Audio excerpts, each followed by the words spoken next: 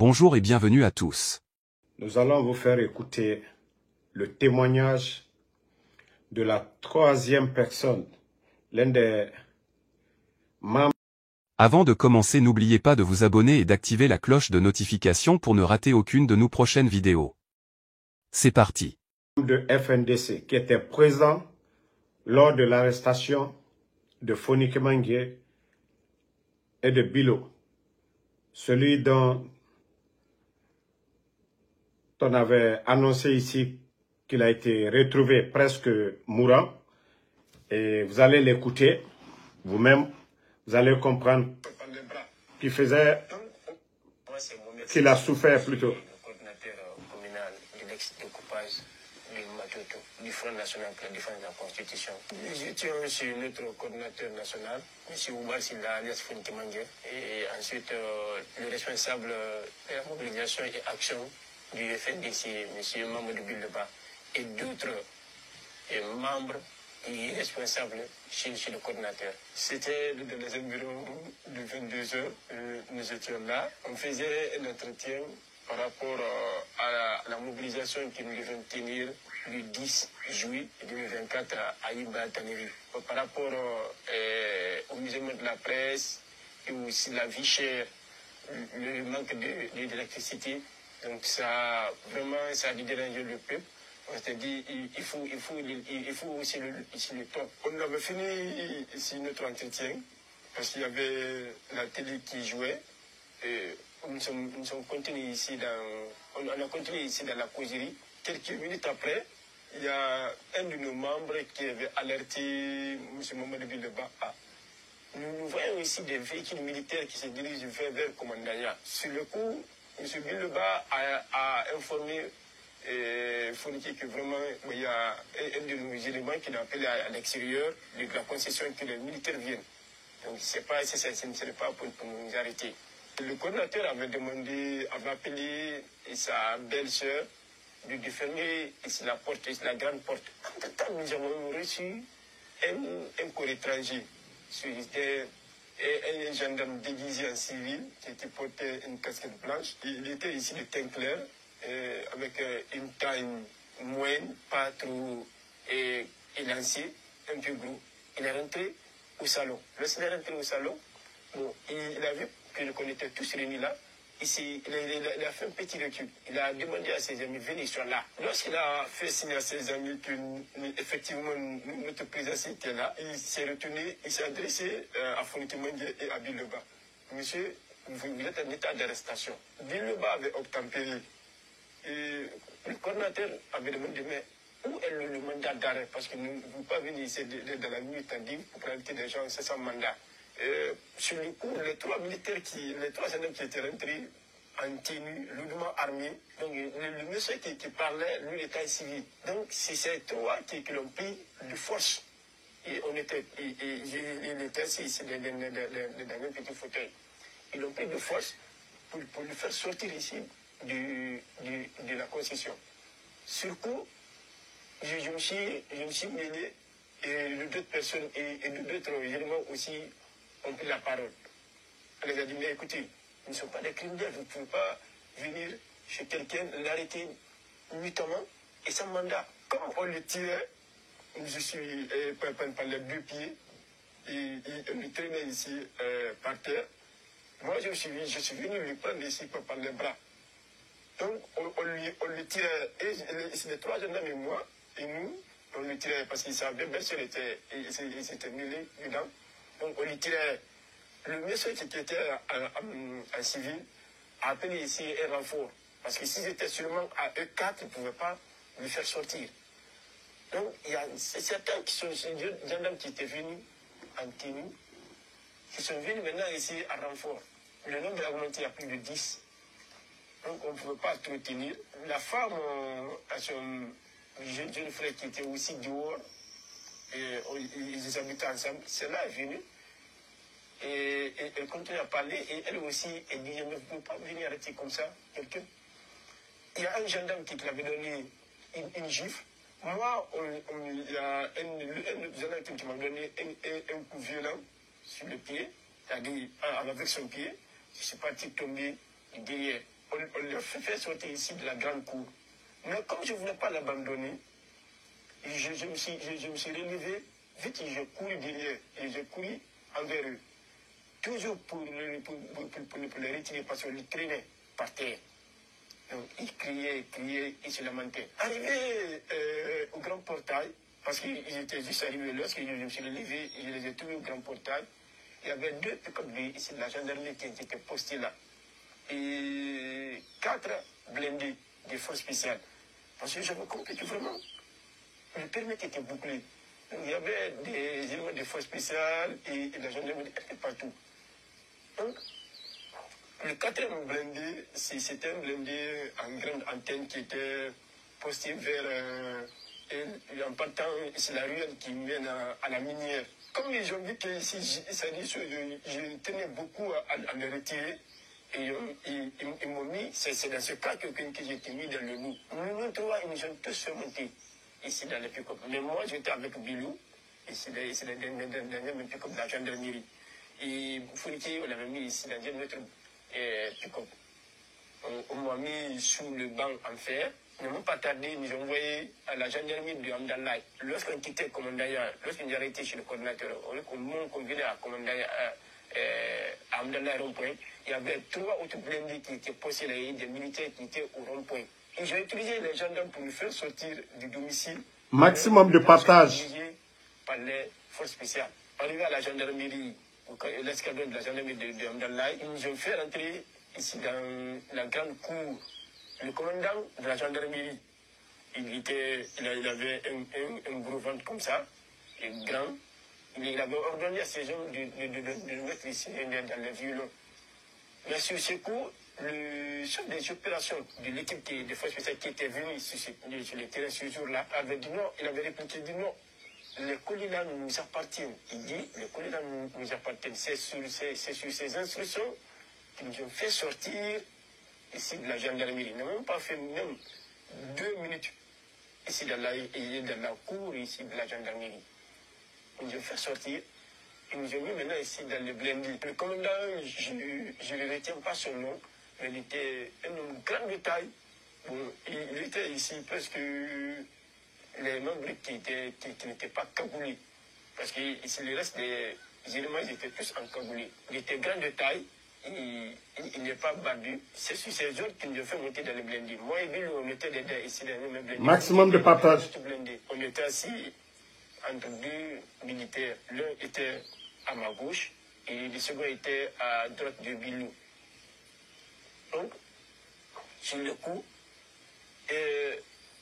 dans le blindé, les militaires qui étaient assis à nos à côté disaient: vous, depuis le 5 septembre, vous étiez en prison. Vous êtes venus, nous vous avons libérés. Vous continuez encore à pagailler.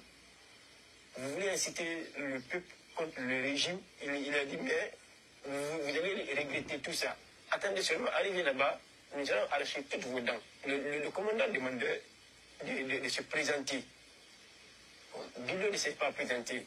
Moi, je me suis présenté. Sur le coup, on nous giflait et nous donnait ici des coups de coude. Donc, on nous donne des coups de coude. On partait ici, on cognait sur nos têtes contre les barres de fer de derrière. Donc, on avait assez de mal. On nous giflait, on nous tapait un peu partout et en plein visage. Et ils ont demandé qui vous finance. Personne n'a répondu.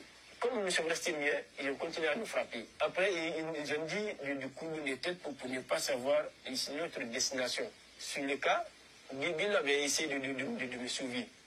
Il dit, laissez ce jeune, il ne fait pas partie. Le militaire qui était à gauche de moi, il me disait, ta gueule, nous avons des informations sur vous tous. Nous connaissons tous vos membres et tous vos collaborateurs. Il a même tapé encore ici en plein visage. Nous sommes restés comme ça, on a bougé.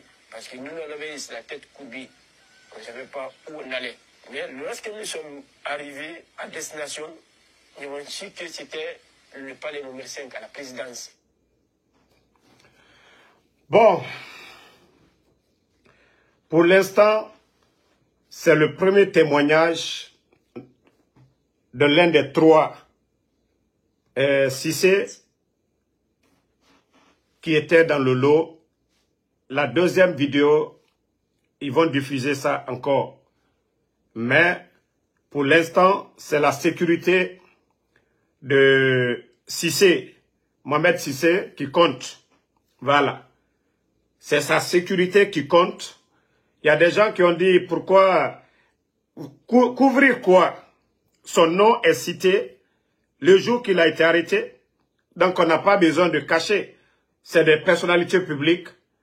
Et ce qui est important, c'est de le mettre à l'abri.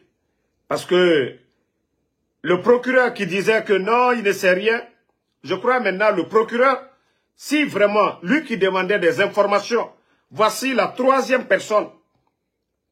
Les trois qui ont été arrêtés, lui qu'on a retrouvé, même sa voix, vous sentez même son visage, ils ont été torturés. Même sa manière de parler, vous sentez qu'il a du mal à parler. Procureur général, Fallou Doumbouya, maintenant là, tu n'as pas besoin de haute pièce. Ça, je crois que ça suffit. Ça suffit pour vous. Si maintenant la justice, elle est indépendante, ils ont dit où ils ont été. Gendarmerie, il a cité le nom et comment ils sont venus les récupérer. Maintenant, le procureur va là-bas. Les gendarmeries, il y a des caméras. La ville de Conakry. Et c'est pourquoi, au temps du président Alpha Condé, quand on disait il y avait des morts d'hommes, et c'est pourquoi le ministère de la Sécurité avait mis des caméras un peu partout. Si vous voulez faire la lumière, c'est aussi simple. Tous les grands carrefours de la Guinée, il y a des caméras, il y a des véhicules qui commandaient l'unité qui allait les chercher. Monsieur le procureur, c'est aussi simple que ça. C'est aussi simple que ça. Quoi qu'il arrive au Foniké et au Bilo, le premier responsable, c'est Mamadi Doumbouya. Le premier responsable, c'est Mamadi. Et d'ailleurs, il vient de dire, vous savez, je vous ai dit, les Guinéens, de vous réveiller, l'affaire n'a rien à voir avec le président Alpha Condé. On vous a trompé. Ça a été le plus grand arnaque du siècle. Un groupe de bandits qui viennent, oh, on vous a sauvés, on vous a libérés. Où sont les libérés? Je vous dis, ce sont des bandits, ces gens-là. Ce n'est pas des démocrates. Ils n'ont jamais été démocrates. C'est un groupe de voyous, un groupe de vagabonds. La vérité va triompher. Il aura la deuxième partie du témoignage de Mohamed Cissé, que Dieu a sauvé pour l'instant. Maintenant, prions pour Bilo et Foniké. Doumbouya, c'est... Je prie Allah subhanahu wa ta'ala que rien n'arrive à ces gens-là. Parce que Mamadi, ça ne va pas aider ton pouvoir. Ça ne va pas aider ton pouvoir. Yeah. Daouda Koui, Mbara Falaïbe, Inga, Nyenge Muntanadi. Toi qui me dis de venir là. Ka imi babakolo, siga Inga Maori, Aga Falaïbe, Ibaba Nandira. Ntanga siga la Guinée, Moussiga la Guinée. Pe. Ntonu siga ma la Guinée, ntana siga ma nki inga rambira meni, ega falanga siga. Inga nyengena nantana. Ka ira famille dépend de moi. Ka ira famille contribue à nga fabe. On m'a fallu routare. Mais que ton dit mané. Moi j'ai fait la Côte d'Ivoire, j'ai fait Conakry, hein. Voilà. Donc autant kiren routare des maudits comme ça. Voilà. Afala inga bego, ntanga mui babarago. Mfama dit. Ya fala ma miri nagami irreconnu ingaroin. Peut-être ya fala ma nanambe agafa Conakry. Ntanga mara. Ntama susina les Guinéens patriotes autant danka dire mara. Nere e babakolo mo tamade. Nere e babakolo nere wama na Guinée gasiga yare. Ntama komba na ne nambe. Yere woroi batare magamarago. Donc désolé la famille, on va continuer. Vous savez les maudits là, ils pensent qu'ils sont les seuls qui savent parler.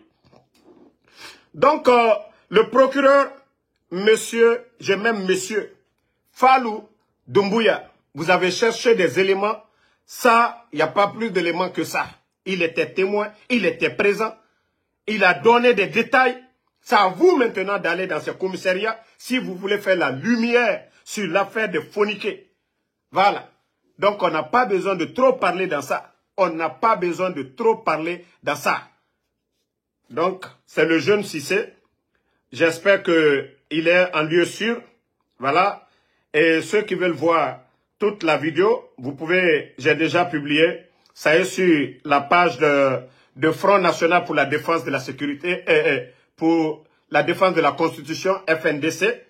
Nous attendons la deuxième partie du vidéo. Quand ils vont poster, nous allons vous faire écouter la deuxième. Et comme je l'ai dit, félicitations à tous ceux qui ont fait le déplacement. Mais il faut que la jeunesse guinéenne, il faut que le peuple de Guinée comprenne une chose. Il n'y a pas deux Guinées, il n'y a qu'une Guinée. Il n'y a pas de problème aujourd'hui en Guinée. C'est un problème de leadership. Et ceux qui mettent aujourd'hui la Guinée à terre, ce sont ces voyous du CNRD. Le premier responsable, c'est Mamadi Doumbouya. Hier, on nous a trompés. Non, c'est à cause du troisième mandat. Non, tout le monde est conscient que ça n'avait rien à voir avec le troisième mandat. Mais ça, c'était un prétexte. Aujourd'hui, pourtant, ceux qui ont combattu le président Alpha Condé, ils sont où? Vous avez vu les voyous, quand ils ont arrêté les phoniqués? Non, on est venu vous libérer. Vous avez libéré qui? Libéré quoi?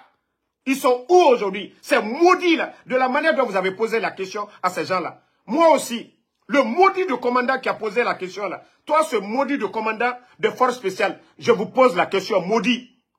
Où sont les libérés aujourd'hui? Où est le domicile de Ella Seloudale? Au moins le président Fakonde n'avait pas cassé le domicile de Ella Seloudale. Vous saviez pourquoi on barricadait devant le domicile de Ella Seloudale?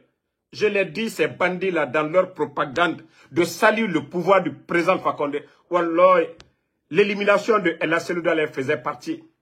C'est ce qui avait été dit au président Alpha Condé. C'est pourquoi ils ont barricadé chez Selou. Sinon, ces gens-là allaient tuer Selou. Tout ça dans leur souci de prendre le pouvoir. Et vous avez vu comment ils ont éliminé Sadiba.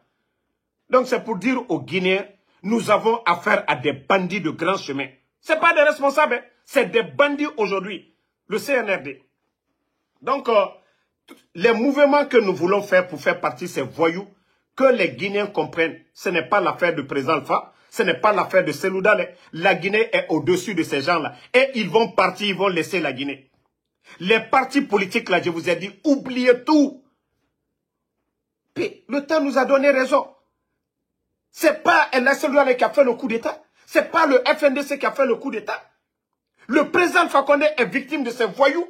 Ella Seloudale est victime de ces voyous. Le FNDC est victime de ces voyous. C'est tout le peuple de Guinée aujourd'hui. Le monde qui en a marre. C'est ce que nous devons comprendre. Il n'y a qu'une Guinée. C'est un problème de leadership. Si on disait que le régime d'Alpha Condé n'a pas bien fait, les voyous là ont fait quoi de mieux? Les voyous là ont apporté quoi? Il faut que les gens arrêtent. Quand on organise, oui, ceux qui vont au nom de RPG ou quoi, il faut que vous arrêtez vos bêtises là. Ne répondez pas à ce maudit là, je viens de le bannir d'abord. Il faut que les gens arrêtent. Ce n'est pas l'affaire d'Alpha Condé, ce n'est pas l'affaire de Seloudale, ce n'est pas l'affaire du RPG, ce n'est pas l'affaire de l'UFDG, ni l'affaire de UFR. Donnons-nous les mains pour faire partie de ces voyous. Donc, moi franchement, si vous voyez que je n'ai pas posté aujourd'hui les images, parce que j'ai vu certaines choses, c'est vrai que les gens sont sortis. Les gens sont sortis en grand nombre, mais j'ai refusé parce que moi, l'idéal que je recherchais, je ne l'ai pas vu. C'est pourquoi vous n'avez pas vu les images sur ma page. Quand ils vont faire leur prise de conscience, moi, il n'y a pas de problème. J'ai dit, je ne suis pas un leader politique. Je ne suis pas le président d'un mouvement. Moi, Damaro, je ne suis qu'un simple activiste. Je ne suis pas le communicant du RPG. C'est vrai que je dis, je suis alphaïste. Oui, ce choix, je l'assume. Mais je dis à tout le monde, je ne suis pas le leader d'un mouvement.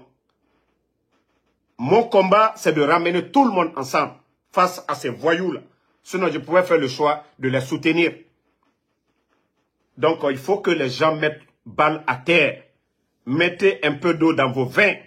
Quand vous venez, laissez le nom d'Alpha Condé, laissez le nom de Seloudale, laissez le nom des partis politiques. Aujourd'hui, c'est un combat pour instaurer la démocratie. C'est notre démocratie qui est en jeu aujourd'hui. C'est notre pays qui est pris en otage par des voyous. Il faut que les gens comprennent cela. Sinon, sans quoi, nous ne pourrons pas faire partie de ces voyous-là. Et eux, dans leur stratégie, c'est ça. C'est cette division. Utiliser les margouillards de Ousmane Gawal, ou utiliser les traites aussi, ceux qui étaient du RPG hier, pour chercher à nous diviser. Il faut que nous comprenions cela. Moi, franchement, je suis fatigué. Hein? C'est pourquoi je dis que je n'appartiens à personne. Moi, j'appartiens à la Guinée. Voilà. Et tout mouvement qui est en place pour faire partie Mamadi, moi, je soutiens tous ces mouvements. Voilà. Il faut que nous nous mettons ensemble pour faire partie de ces voyous-là. C'est la Guinée qui a terre aujourd'hui. Regardez aujourd'hui. Quoi qu'on dise, même ceux qui n'aimaient pas le président Alpha Condé, on ne parlait pas de l'affaire de courant. On ne parlait pas, c'est un problème de leadership. On ne peut pas accepter que des voyous, des bonariens détruisent la Guinée. Ils nous ont dit, sinon, au temps du président Alpha Condé, les gens n'étaient pas libres. Où est la liberté? Ils ont dit, non, les Guinéens souffraient. Pendant ce temps, de 15 000 enseignants contractuels, 10 mois de salaire. Pendant ce temps, nos étudiants, nos boursiers sont à l'étranger, sans salaire. L'administration aujourd'hui est instrumentalisée. Vous avez vu l'accident? Pour ceux qui ont vu, ça c'est juste un investissement pour ces gens-là. Bon. Vous avez vu, la route nationale était barrée aujourd'hui. Bokeh, vous avez vu les images, la route nationale était barrée. Parce que les gens réclament quoi? Le courant. Les gens réclament le courant. C'est parce qu'ils étaient habitués à ça. Les voyous aujourd'hui ne peuvent pas payer les factures. Et l'autre accident, vous avez vu, le bus qui s'est renversé avec les démagogues du ministère des TP. Eux, ils partaient pour je ne sais pas quoi, là, lancement de quelle route. Et les démagogues, vous les voyez, avec les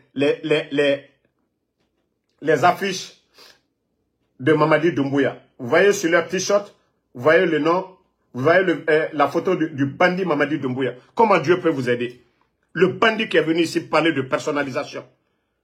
Ou bien au temps du président Alpha Condé, quand on faisait les routes là, vous avez vu des gens d'un département porter des t-shirts, déplacer, mobiliser les gens, un samedi. Si ce n'est pas la démagogie, regardez-les, des démagogues comme ça. Regardez le bus qui est à terre là-bas. N'oubliez pas de vous abonner et d'activer la cloche de notification pour rester informé de nos prochaines vidéos. Restez à l'écoute pour les développements passionnants à venir.